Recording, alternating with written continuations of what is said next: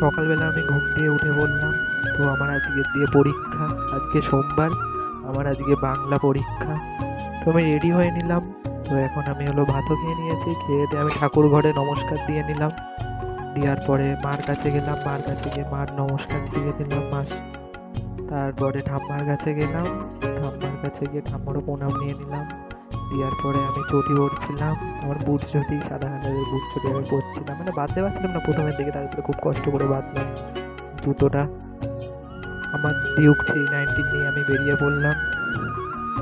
আর আমার এই ক্যামেরাটা করে দিচ্ছিল আমার একটা বন্ধু, তাই এবার দিয়ে সাইকেলে উঠে বললাম। তো আমি এই স্কুলে যাওয়ার সময় এখানে দেখলাম যে ঠিকই লাগছে আমার, এমন কোনো নেই। এইটা হলো আমাদের স্কুল, এই স্কুলে আমাদের পরীক্ষা ছিল আজকে। তো পরীক্ষা দিতে বাড়ি যাওয়ার সময় তুললাম। এক জায়গায় আমি গেছিলাম, তাই এই ক্যাপচারটা তুলে নিলাম, মানে এই জায়গাটা একটু ভালো ভালো লাগছিল, তো তাই আমি এই ক্যাপচারটা তুলে নিলাম।